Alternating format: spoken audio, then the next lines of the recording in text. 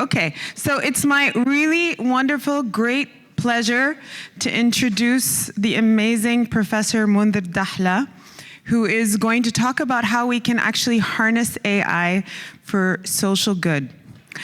And he recently just published a book, but we're not going to talk about that yet, because we have another very special guest, who is his daughter, Deema Dahleh. And it's wonderful to be able to introduce Deema as the moderator of this Fireside chat, because I've heard, through other members of the family, that Munther, you had an incredible influence on Deema's interest in data science. And that came full circle when you came to write your latest book, and she was an incredible contributor and reader of that. And so nothing brings me more pleasure in this conference but to introduce Munther and Deema to have this incredible fireside chat and really end this conference on a high note. And as per fashion, Munther will go outside after the closing of the conference, only after the closing, which will be really fast, I promise. And the first 20 people to line up will get a signed copy of his incredible book. All right, over to you, Deema.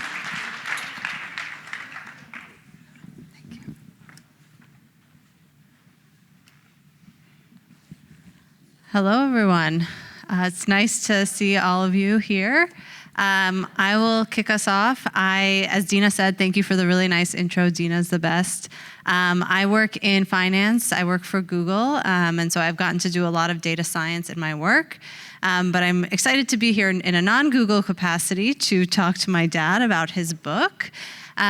He has edited countless of my essays in the years and has helped me with more math homework than anyone really should. And so it was exciting to be able to kind of pay it back and to help him write the book, or help him edit the book. I'll say, one of the things I loved about it is that sometimes data science can feel really technical, and the way that he put in these vignettes and made it so personal and really brought in the humanistic element of how data science can actually help in our everyday problems was really awesome, and so it was really nice to read it. And so I'm excited to talk today. We will start with some questions about, why he wanted to write it and, his career generally, and then we'll dive a little bit deeper into the book and on AI in general. So the first question is, what inspired you to write this book? What kind of made you want to get into this? Okay, but before... Oh, does this one work? Yeah. Hi, everyone. Before I start answering some of the questions, I want to thank Dina for inviting us to do this, and also for the brilliant idea of having Deema run this questioning sort of session. It's kind of hard to be able to respond to your own daughter, especially that in general, the family kind of ignore everything you say about your work.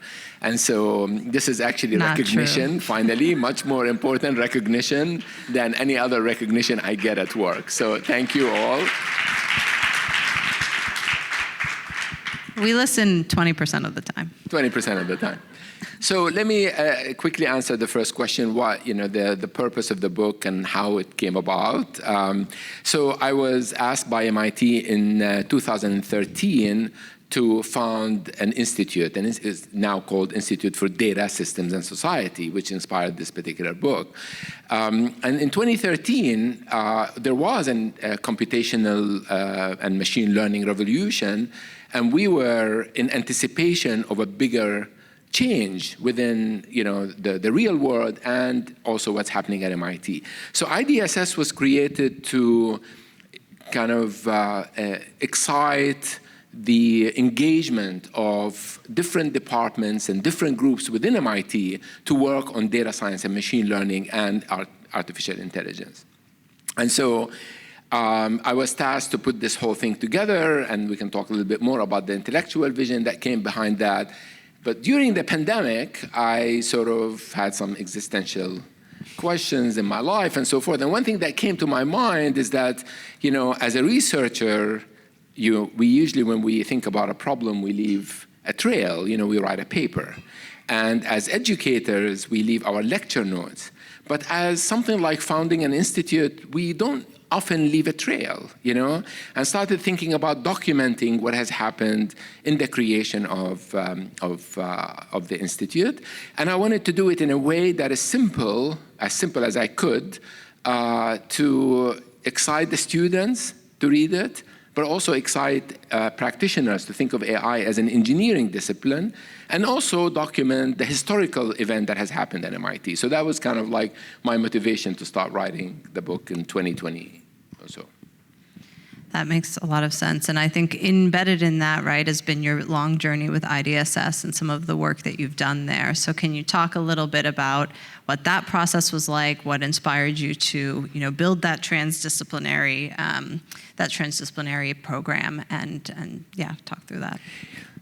Yeah, so I started my career at MIT in 1987. I came as a young faculty at that time, and I was an applied mathematician.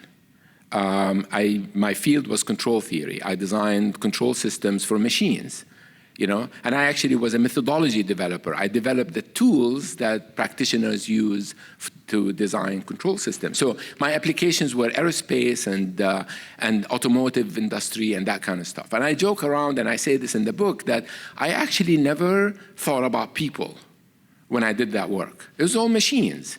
And if I write a control system for a machine, the machine will respond to my design. And so, but over time, and I have to say thanks to the amazing students and postdocs that I worked with, I moved in different fields into other areas of research. My first stop was actually in neuroscience, as I started thinking about the motor control system and how that relates to control systems that we design.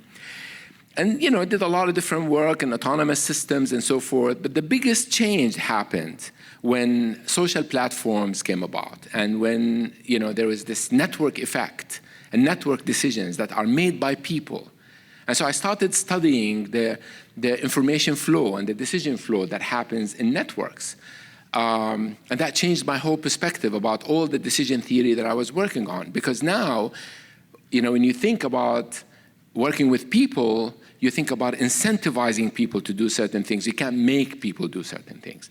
And that's a differentiation from the work I was doing for machines into work that I'm doing with people. I started working with social scientists and economists, and I started broadening sort of my thinking about how to formulate interesting problems and how we tackle real-life situations. And so that put me in a position at that time to be the sort of the founding director for IDSS, I think because of my interactions with different groups of people and the type of research that I was doing at that time. That makes a lot of sense. And it's interesting that you would say that as a control theorist, you were mostly working with machines. I found that you've always been very people-oriented, and so I'm sure it was nice to get more into some of that realm.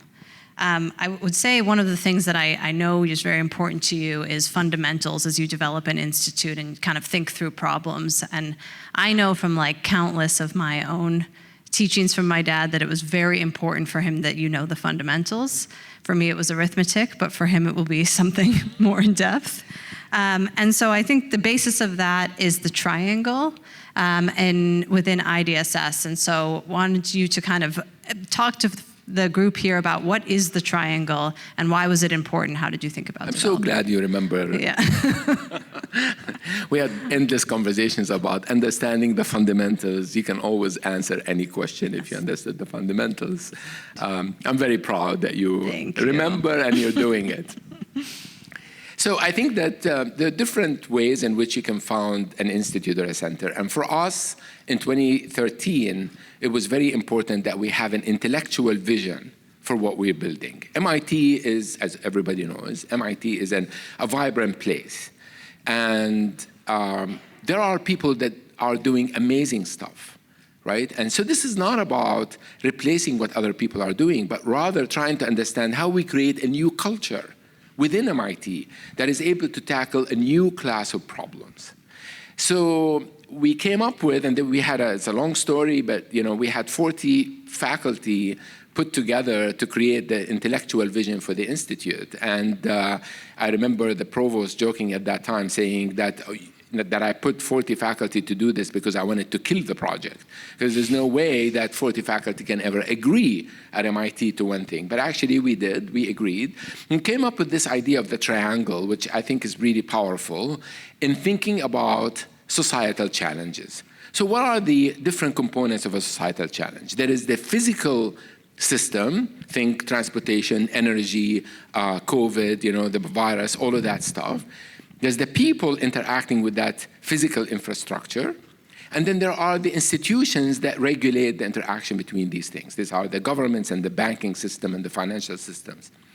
And every complex problem is an interaction of these components. And what we often have is some sparse data about all of them. And we try to answer important questions. So a great example that was actually fell in our laps was COVID. We did not intend COVID to happen. And we were in our, roughly in our, fifth actual year, in 2019, it was since the official launch. So COVID has the physical part, which is the understanding of the biology and the virus and how it attaches to the body and so forth. Then there is the whole social aspect of the contagion effect, how people interact and how that actually causes the spread of the virus.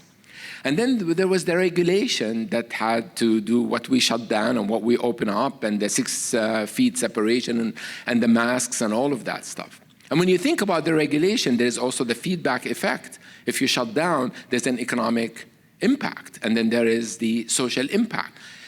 And so in thinking about this complex problem, it's very important to think about these 3 components interacting with each other and think about how data grows and what experiments and what data you measure to answer the important question in that particular case. How do we limit the contagion, but at the same time, continue the liveliness of our communities and people and so forth, which is a very difficult question. And at the beginning, we almost had no data. And yet we were forced to make decisions without having the data. And I think that that's one thing that I want to say about the anti-science people is that science is not stagnant. You make the best decision that you know how to make today, and data comes in and you may change your mind. That's science. It's not that you have an answer and you stick to it the whole time. And I think the sort of the anti-science people were saying, people were changing their strategy. You have to change your strategy as you acquire more information and more data.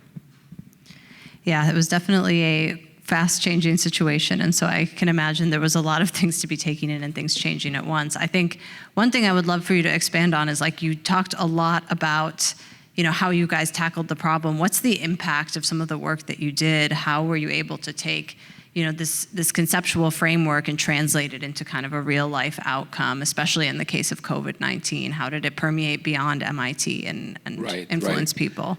Right. So the first impact that the Institute had, I would say, are the students that we produce. I mean, those are, we call them the trilingual students. They are the ones who are anchored in all of these different fields and are able to think of these problems all at once. So that's the huge impact. During COVID, again, data-driven solution, artificial intelligence. What is artificial intelligence, first of all? I mean, it's really a combination of learning and automation, put together in a sort of an algorithmic way, right? And so the COVID-19 had a lot of learning. We needed to understand the contagion effect. We needed to understand. So, one of the issues that came up at MIT is that we were told by the vice chancellor that we want to bring the students back in the fall because families were going crazy, having young kids in the house, and these kids need to just leave the house. There was a real social problem. So how do we do it? So we were asked at IDSS to figure out the strategy for how to do this. I won't bore you with all the details, but one of the things that we came up with is a model of how contagion occurs. For those of you who remember, there was the R0 or the R0, that is the kind of the infection factor that amplifies. And we came up with a strategy of how we test and quarantine in order to prevent contagion from increasing. And that became the strategy that MIT followed and actually copied later on by the Committee on Higher Education. My colleague, Pekko Hezoi, for example, developed a tool that you can now take this tool, you can describe the building, the rooms that you're in, you can say how many people are in the room, and it will tell you the separation, the testing strategy, and you can actually put in a budget in there and will tell you how many people you can accommodate. So we translated that into an Excel tool. But behind it was a lot of data analysis and building models and extrapolation of how these things work. The conclusion was a simple tool with a bunch of numbers. Yeah, this is amazing to hear. I mean, I know we joke that we only listen to your work 20% of the time, but really it is great to see how something like this can drive such a big impact. I want to maybe take a step back and ask you a little bit of a personal question about why you wanted to found IDSS. I think I've known you to be so passionate about teaching and researching, and so I'm curious what made you think, okay, I want to be an administrator now, put this whole thing together from your own kind of career growth perspective. I really didn't want to. That's a good reason. I mean, at the beginning, I stayed away from any administrative work. I had a passion for education and research, but then what happens is that your turn comes, and my turn came to be the head of EE, the electrical engineering, as part of EECS. So I accepted that, and I was actually doing that administrative role when the opportunity came for IDSS. And at that point, I was, I've already done, of course, electrical engineering is one of the top departments in the world, and so for me, it was easy. It was just kind of like doing, the only thing I can do is take it from number 1 to number 2. So it was like the promise was not huge. But then when I was presented with the challenge of doing this, I think I saw in it more like a startup environment. I didn't think of it as an administrative job. You have to, at the beginning I started by myself, and I had to design the process by which we're going to come up with our strategy, kind of like the business model. It was the strategic model.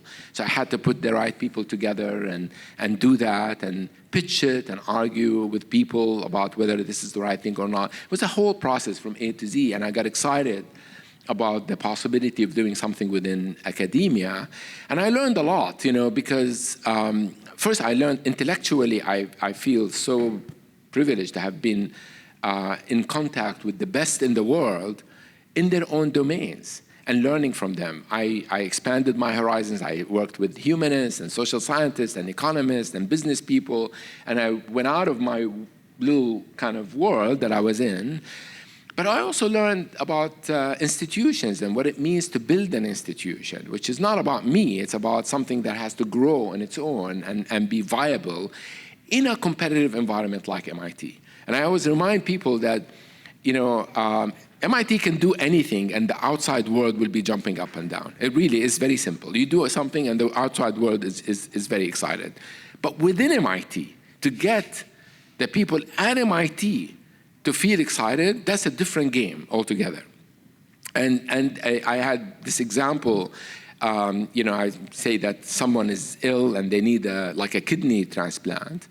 The body is obviously in need for that kidney transplant, okay? You need it. But as soon as you do the transplant, the body rejects it. It rejects it until it actually conforms to the rest of the processes of the body. This is exactly how MIT functions. There's an intellectual vision, there's need, there's vacuum. We jump in and we say, let's create this thing.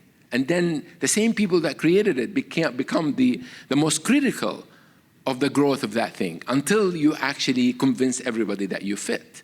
So the process was actually really tough, I would go from one department to another department, and at the beginning, excitement and we want to participate. And then later, I was getting attacked, But I learned the process, and obviously, we did something positive, and I think that's part of the reason why the Institute is there. So I don't regret what I've done. It was a lot of work.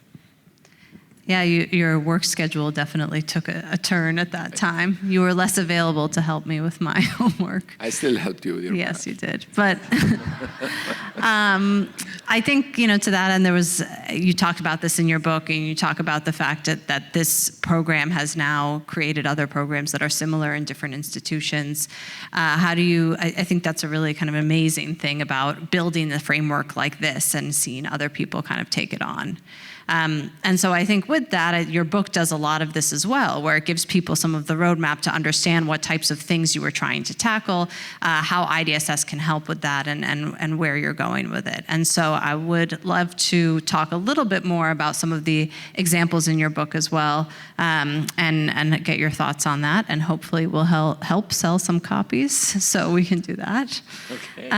Okay, so I think one of the first things you tackle in your book is you have a very interesting chapter about data and the importance of getting the data underlying all of your work correct, right? And so data can be really a powerful tool, but it can have a ton of bias in it. And so there can then be unintended consequences and things that can come out of that. And you spend a lot of time discussing that. What are some strategies that you would highlight to this group on how to deal with that? What are some of the biggest examples of things where you've seen that be a problem and you have to correct for it?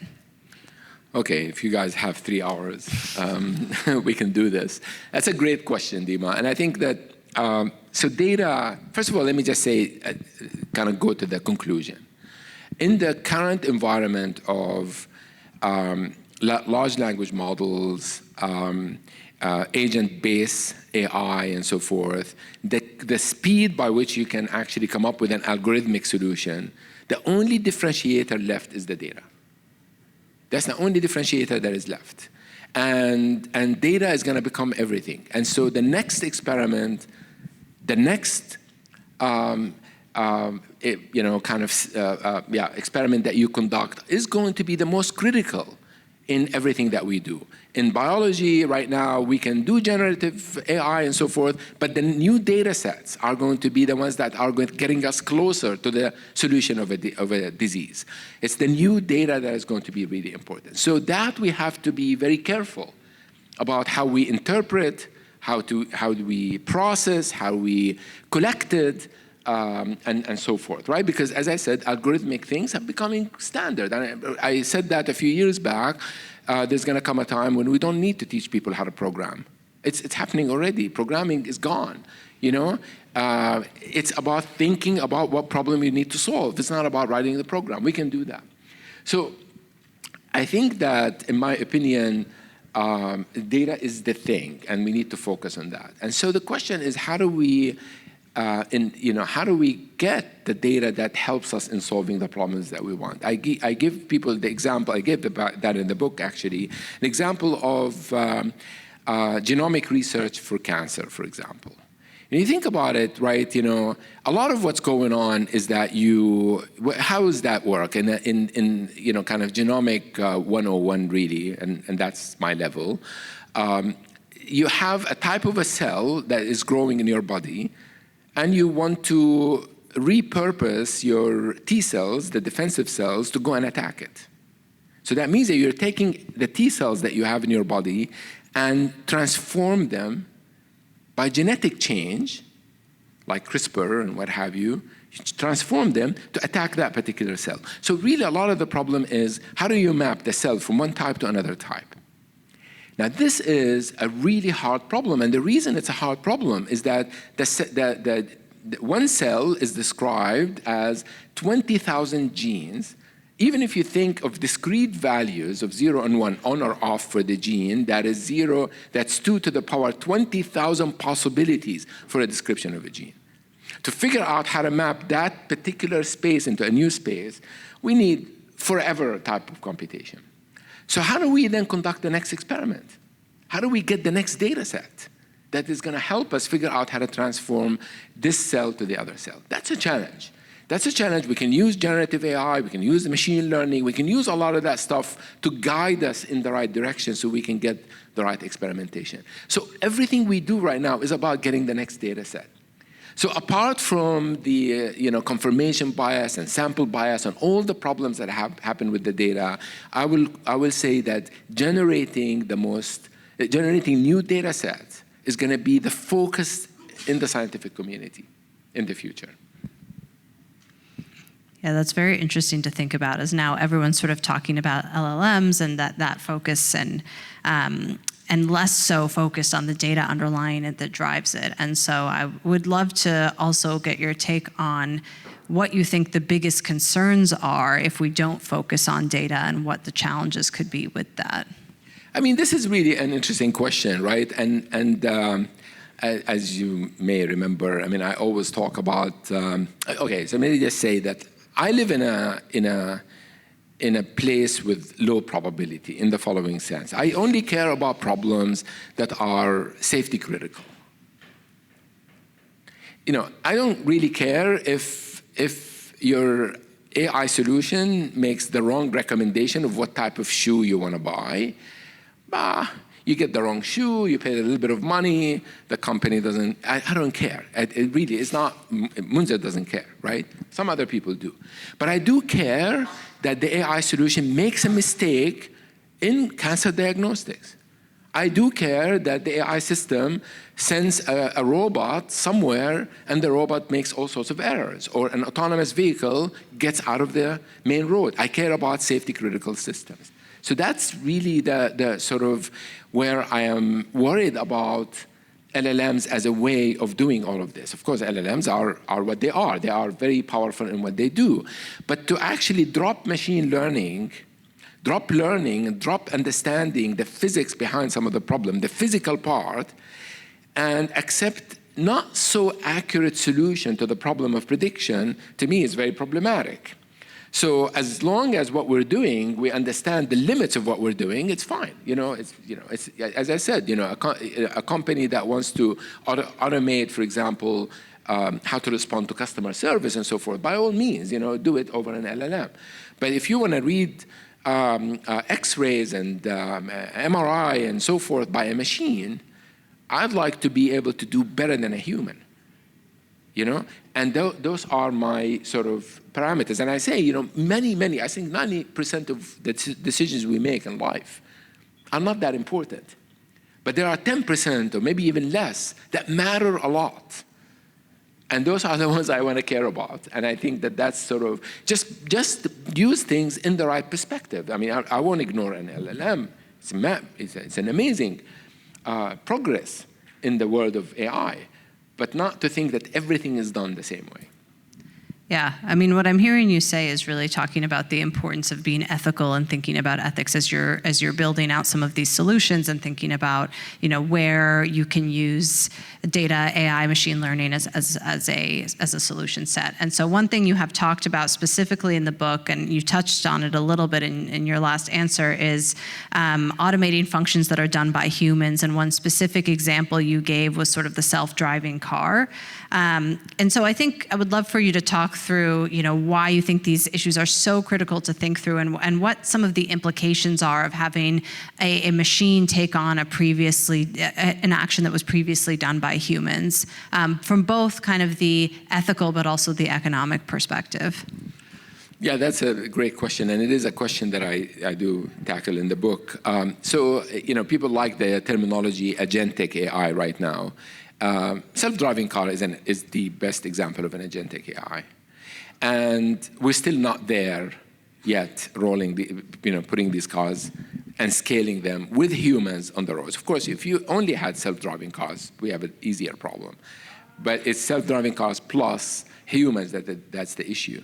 So there are a lot of ethical questions that we can go all over the place, but I do want to maybe present one example that actually is really interesting, and that is what happened, I think, in around 2015, if my memory is right. I do have the date in the book, when Waymo dropped the first self-driving car on the road, in one of their cars, and they drove in San Francisco, and the social media got filled up with statements like, okay, machines programmed to kill. And that was a really interesting debate that went on, because basically what that meant, really the background behind this, is the standard trolley problem, or whatever, a standard ethical issue.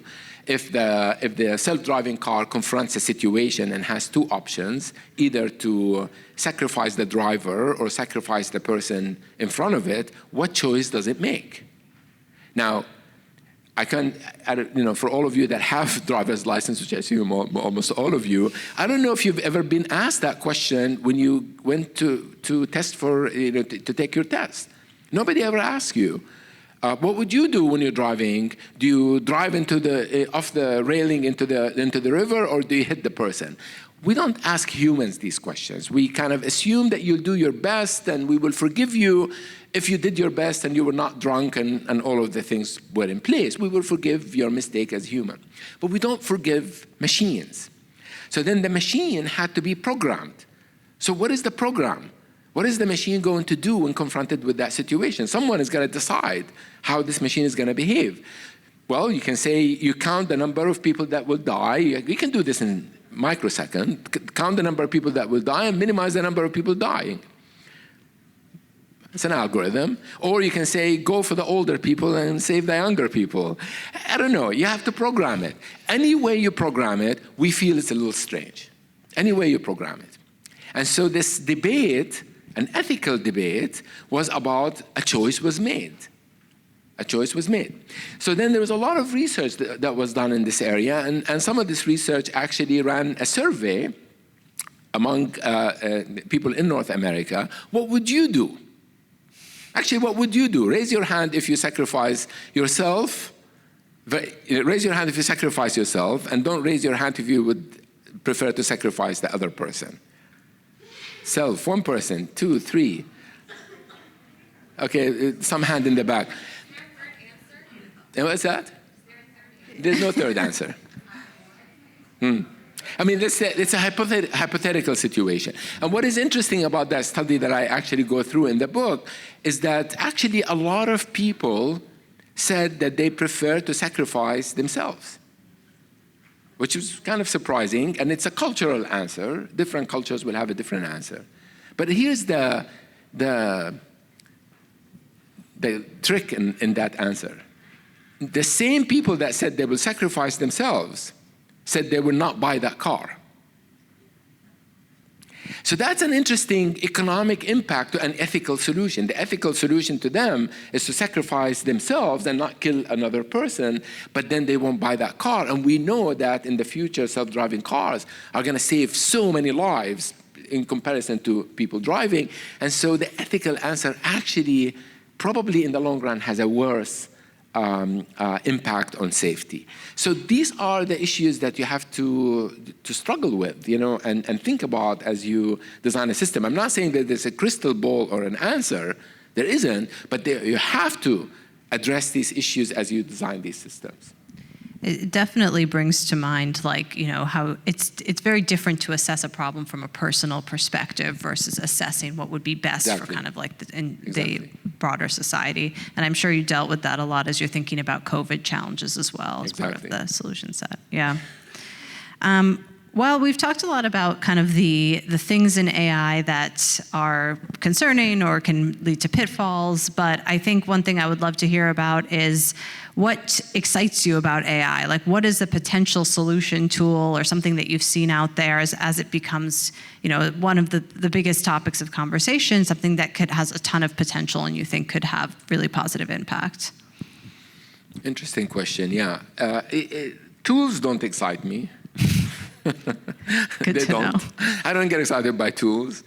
I think AI, to me, is about the most exciting things. What I said earlier is about scientific discovery. It's about what we can do to solve some of the pressing societal challenges that we have.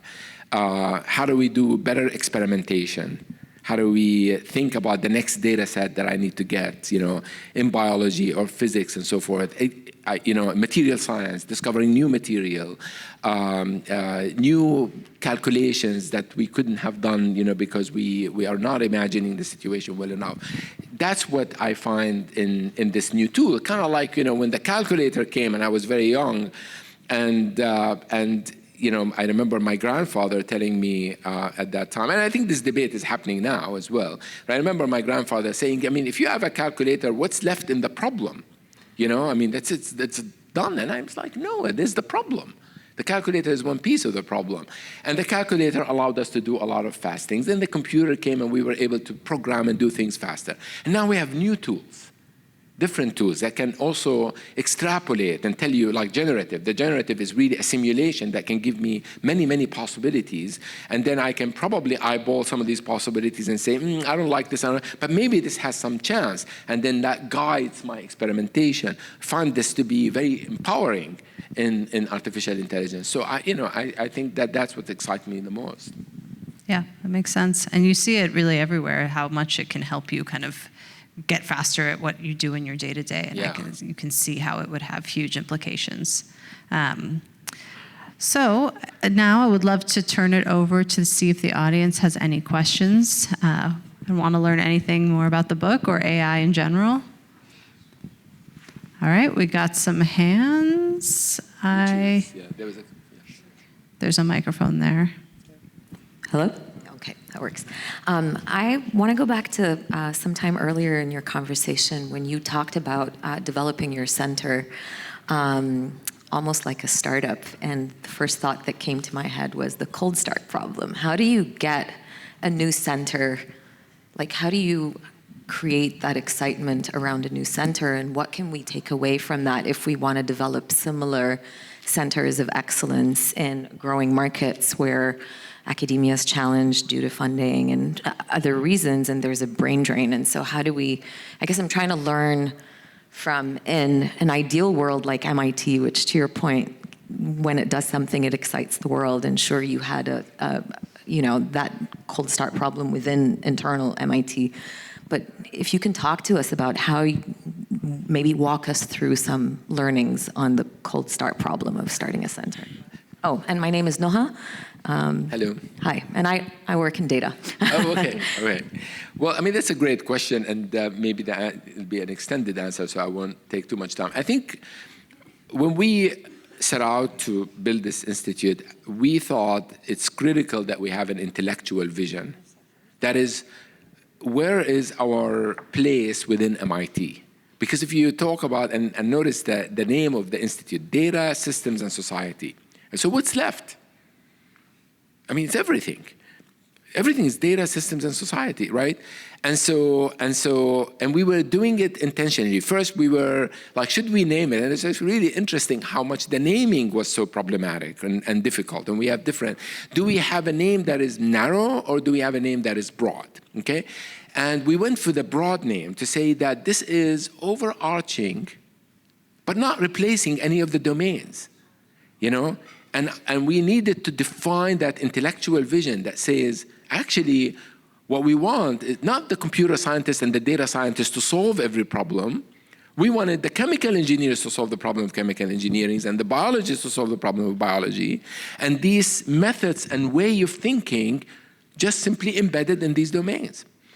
And that was the mission, that was sort of what got us going, is define that piece that we want to inject in every department that we can inject it, or every unit that exists at MIT. That's how we defined our task. And that was the reason why we were accepted, because we were not going to places that had that expertise. I remember my first meeting in economics, you know, and economics was supportive of this because econometrics was growing at that time. Always been at MIT. Econometrics was always been at MIT, but you know, statistical thinking behind economics is econometrics. And so, but what is not happening, it was not that popular outside.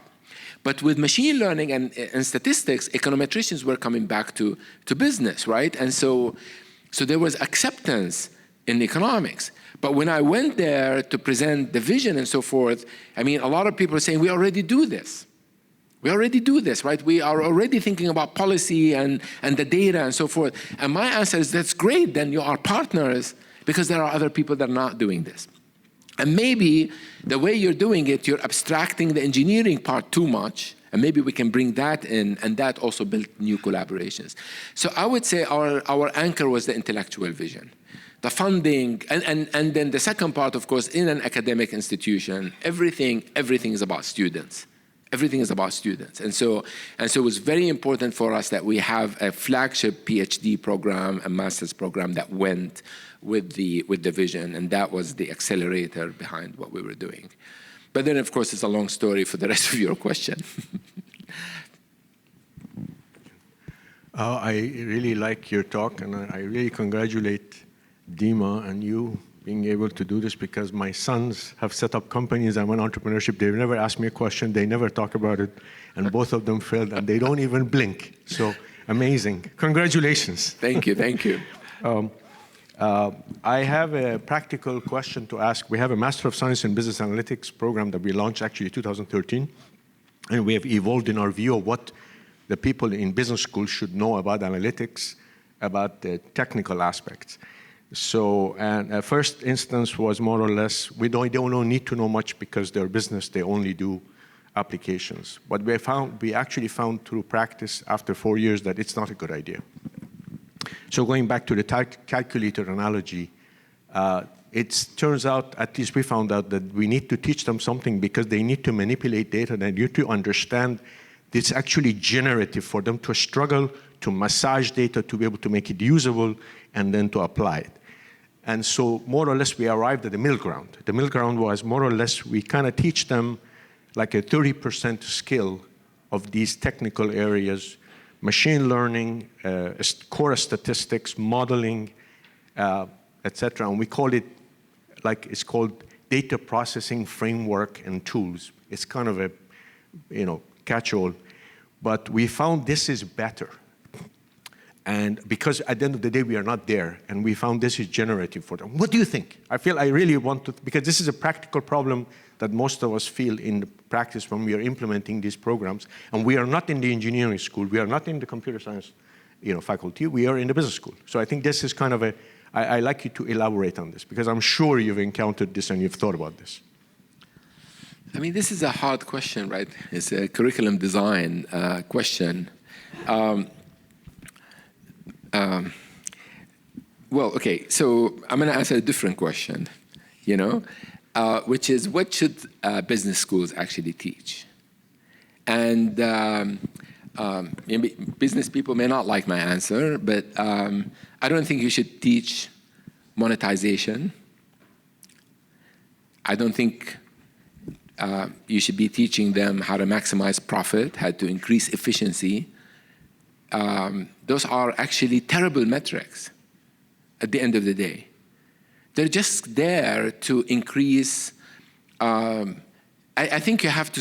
Of course, efficiency is important. And don't get me wrong, profit and efficiency are important. But usually, these are not what you want to do. What you want to do is to provide some service to the society of some sort. Okay, and then you want to align it with something that is maybe profitable, that engages and what have you. The question should be asked differently, and should be purposed differently. And I think one of the issues is that, we think about healthcare and what's happening to healthcare. Well, okay,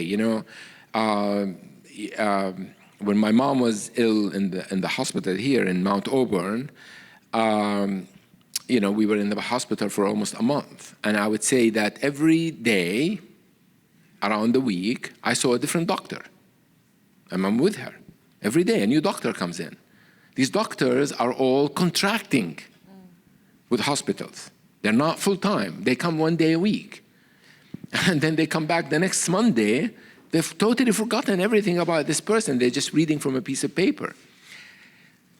Hospitals think this is an efficient solution. They minimize costs by minimizing overhead. This is not a good service for the patient.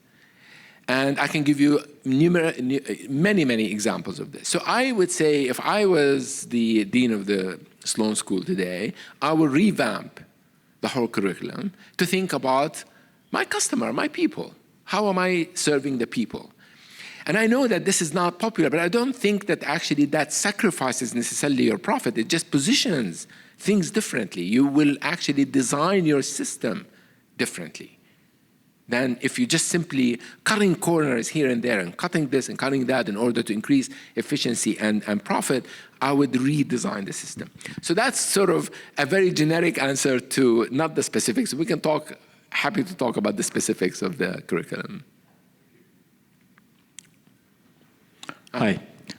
Thanks so much for your talk. And one thing that you said that I really caught my attention was algorithms are standard.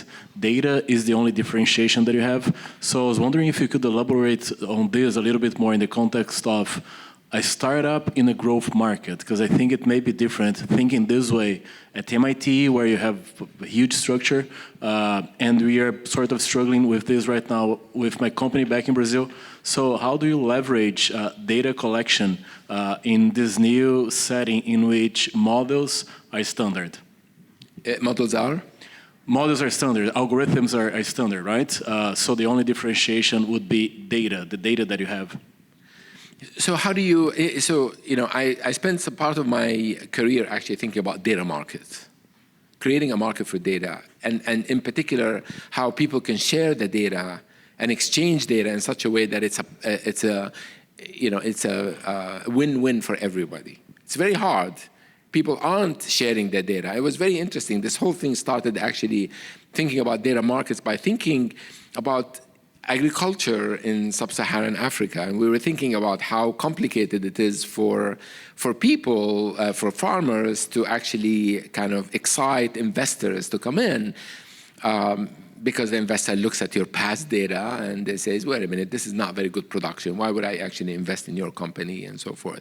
And so we viewed that as a locked economy. The investors were not putting money, and as a result, technology was not being bought to actually improve the state of the art in terms of production. And so we felt if we could just do extrapolation and say this piece of land could produce 10x if under these situations, then we obviously could actually excite the investment. So there was an idea, but how do we come up with the data that allows us to do this? We needed to share the data among different people. And to my surprise, to my shock, actually, even in most commodity markets, people are hogging their data. They don't want to share their data. And the people that don't want to share their data are the people that have the best data. The people that share their data are the people that don't have good data. So you are raising a very important question. How do we get good data? And how do we interact and collaborate? And I think what we need really is now, again, to focus on the data again, to focus in ways in which we can exchange. And I give the example where if you, for example, have 100 acres and you have used your land to experiment with different seeds and different technology and so forth, the value you can extract from this by selling the data is much higher than what you can do in your own land. Because now you have recipes of success stories of things that you've done using fertilizers and the timing and then the irrigation systems and the different types of seeds and different scheduling and so forth. This can actually allow you to have amazing data set that could be used by a lot of different people. But what is the forum in which this is going to be exchanged? And who is the arbiter that's going to say, well, this is how much your data, this is the amount, what your data is worth? So I think we need to start building those kind of structures to exchange data. Today, I don't know how you do it. Honestly, I don't have an answer.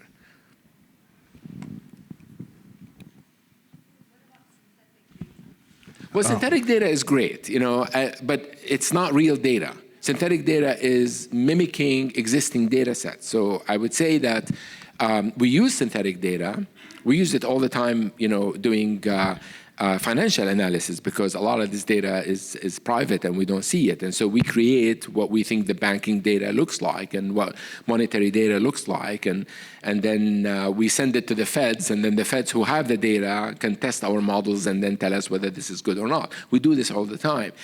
But it's not real data, and it's not new data. Good evening. On a personal note, I just wanted to say it's great. This is a highlight of the conference for me. Thank you. Before I came, the one person I hoped to meet, whom I'd never met before at MIT, was you. Oh. And the reason is it may sound weird, but you are in our YouTube feed every day. I'm in Nigeria. I came from Nigeria, and we see you a lot. Sorry about that. No, absolutely not. It's great because it's inspiring. You speak about a course that you developed, which of course a lot of people are benefiting from around the world, around AI, no-code AI, and so on and so forth, and learning through distance. I even know people who've done it. I know someone who was going into retirement and chose to do it to create a new career for themselves. That's great. And I think that's fantastic. And so for that reason, I was going to ask if you've begun to get lessons of the impact that spreading this knowledge around the world in the way that you have, especially in a subject area like AI, has begun to yield results, if there are any interesting findings you have, and if it has, for people, like you said, you've talked about engineers solving engineering problems using AI and so on, if people have given you feedback on what they've been able to do with what you have presented to them around the world. Thank you. Well, thank you, first of all, for the compliments. And yes, I mean, this is actually a really important topic that we discuss also in the book. I do believe in online education. I think online education is transformative. MIT has 10,000 students, roughly. We spend so much effort developing content and ideas and so forth. And the idea that only 10,000 students benefit from this is a shame. And when Chuck Vest back in the day, we created the Open Courseware, OCW, we were shocked by how many people were downloading our content from the web, and of course it was for free, and all of a sudden you get somebody from, random place, random high school or random university you've never heard of, contacting you, telling you that they read your material and they've been working on it and so forth. It's incredible that what we have. And so at IDSS, we developed a whole slew of online education programs. Some that are more advanced for teaching the teachers, we think of it, and some that are professional, 12 to 14 weeks with hands-on experiences and so forth. And we have about, and again, still, it's in the spirit of MIT. Nothing we do is easy. There's nothing that you just come and take a course and leave. You work very hard. I mean, some of the people that gave me feedback said, we say, 6 to 8 hours a week, and somebody said, I'm putting 25 hours and I'm still behind. Yeah, I get it, We get, thousands and thousands of students taking these programs, and we document the feedback. It's really been amazing how people have moved in their corporations, how they've been tackling new problems. We have an amazing program in Peru, for example, teaching the teachers, and it's been on now for 5 years. Many of these people are already in positions in the government and major institutions and so forth. So very proud of the online education programs. We spend a lot of time, updating and trying to send the gospel, so to speak. And we're foundational. Again, we emphasize the fundamentals. If you learn the fundamentals, you can run with the new technology when it comes. If I just teach you the technology, then you need to be taught every single time. So we always focus on the fundamentals. And I think the impact has been amazing. And I hope that we grow this even more at MIT broadly, not just from IDSS. I really believe in online education. Hi, everyone. I'm Nadia Shalabi. I'm an MIT alum and also alumni fellow of the newly renamed Kuo Sharper Center. so I also happen to be, have a CS PhD similar Munther's generation, and it's amazing to have 2 generations here on stage, since my question is relevant to that, and I would like to ask you both. In the kind of powerful inflection of AI today, because you and I know that it's ancient, but how powerful it is today, what do you think is the effect on what people are learning? So for instance, for the new generation, there is this tendency that, well, AI knows everything. I can press a button. Why should I learn history? Why should I learn calculus? Why should I learn how statistics is made? I don't need to program because we have like coding AI agents and so on. And so, but going back to fundamentals, if you can't reason and you don't know how things are made and everything's a black box, what is the effect on us as a society going forward? And my question is actually for both of you. So maybe start with Deema. Thank you. Good question. Sorry, just turned my mic back on. Well, I guess I can speak personally on like how AI has sort of sped up the way that I work and do things. I will say, like, I haven't, because I haven't been in school for a while, I don't know that I have these fundamental challenges of, like, okay, you need to learn something new, so I'll just skip over it and use AI. I have found specifically for myself that it speeds me up in doing tasks that like are such as like writing something, or if I'm writing a memo, or if I'm writing an email or something like that, I can just put it into AI and like tighten things up and everything moves much faster, and that's really useful for me.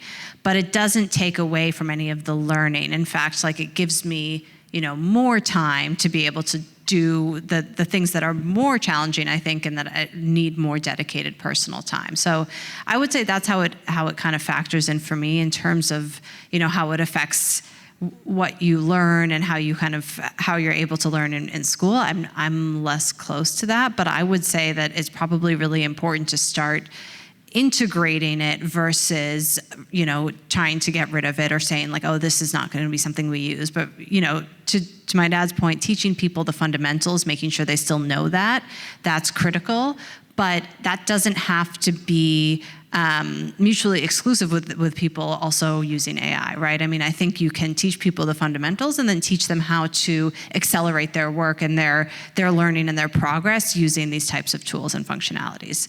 I would also say, like, teaching the real fundamentals of AI is probably extremely important, right? So that understanding that data is the thing that is underlying all of it, and if the data that your model is built on top of is not good, then that has an impact on the model. And so I think that having all of those things, those critical points really taught is going to be extremely important.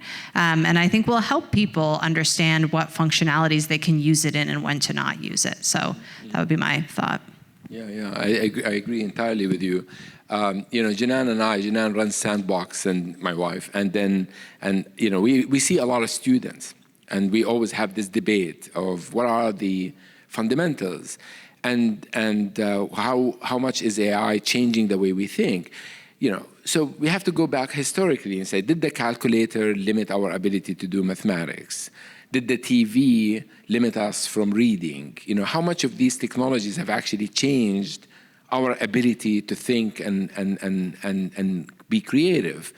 And I don't know, right? So a lot of times we have to adapt to the technology. Technology moves faster than our social behavior. Always we get caught by surprise. We got caught by surprise with the internet. We still haven't adapted actually to figure out for the internet. We're caught by surprise with TikTok, right? We were just having a debate among my research group today, and one of my students who told me that his friends tell him that, all their news they get from TikTok. They no longer have to go anywhere else, But if you're spending 6 hours on TikTok, you have no time to do anything else, And so what are the important educational components that are important for the development of a child? We have accepted certain things, reading and writing and certain types of mathematics and so forth. But are they really the only components, or they're not replaceable by new components? I'm not at that level. I don't know how to answer that question, but certainly it's a question that needs to be asked. I remember going into a debate with some professor at Stanford. She's in the Department of Education, and they were talking at that time that calculus is really a bad idea in high school, that they want to replace it with Python. And I was like, I'm willing to debate if calculus is the right education or not, but I'm not willing to accept that Python is the replacement. Maybe an algorithmic course, a course on algorithm, is a good replacement of calculus, but I'm not sure I would accept Python as a language, as a replacement, right? So I think people, definitely we need to kind of continue to adapt to the new technology. There are no easy answer to your question, but definitely these tools are changing the way students are thinking. I'm teaching a class right now, a senior level, graduate level class on time series analysis, basically learning for time series. And I'm doing it in a flipped format. I have my recordings and everything is already on MITx, and I come to class to discuss with the students. I don't teach in class, I'm just discussing with the students, and they see my lectures ahead of time. And it's fascinating. So one thing I recognize, first of all, that not all of them actually watch the videos. They find better videos. Great. So I'm not the only source for information. This topic is not new and I didn't invent it. And there are better videos. So they go get that information elsewhere. They grabbing from everywhere. When we were studying, there was either the textbook or the professor's notes. That was it. There was nothing else. Now there's everything. And they are good at finding the better outcome. And I'm happy, as long as you got the material. My lecture defines the input and the output. What you do in the middle and how you get it, I actually don't care. So I'm finding different approaches, and I am adapting as an educator to their approaches. So I'm saying to them, I have concept checking questions after each lecture. I say, if you answer these questions, then you figured out the lecture. I don't really need you to watch it. So, it's such an amazing topic to understand and we're talking college, we already missed the whole K-12, right? I mean, the most important questions are about the K-12. And I think we need the people and the experiments. We need the experiments and the observation to observe students in the classrooms and do some causal inference on this of what's the effect of X on Y, in order to come up with the alternative educational model. But we will have to adapt. The students are going to use the technology. Great question. And now I think we're out of time. Thank you so much. This was so nice to do. And thank you, Deena, for having us. It was awesome. Thank you, Deema, for doing this, and thank you, Deena.